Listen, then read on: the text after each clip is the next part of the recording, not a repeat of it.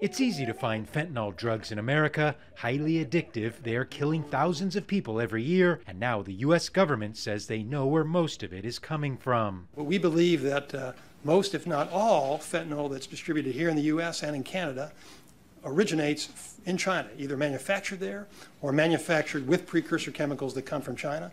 The men behind the operation are allegedly two Chinese nationals, Xiaobing Yan and Jian Zhan. The U.S. says they ran at least two chemical plants in China which produced tons of fentanyl and other opiate substances. They are said to have used the internet to contact buyers and hard-to-trace bitcoins to sell the goods to those in the U.S. and Canada.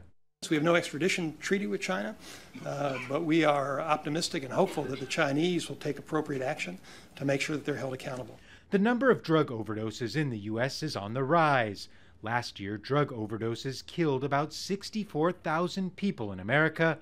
It's up 22% from the year before.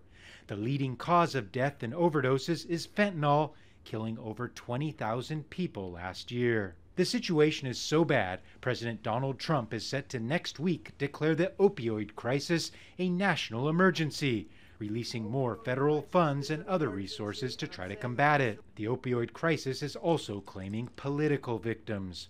On Tuesday, Trump's nominee for the drug czar, the person who directs drug control policy in the U.S., withdrew his name from consideration. Tom Marino stepped aside suddenly after media reports emerged that he worked with the pharmaceutical industry to craft a law that weakened the U.S. government's authority to curb opioid distribution, the very drug now at the center of the overdose crisis. Gabriel Elizondo, Al Jazeera, New York.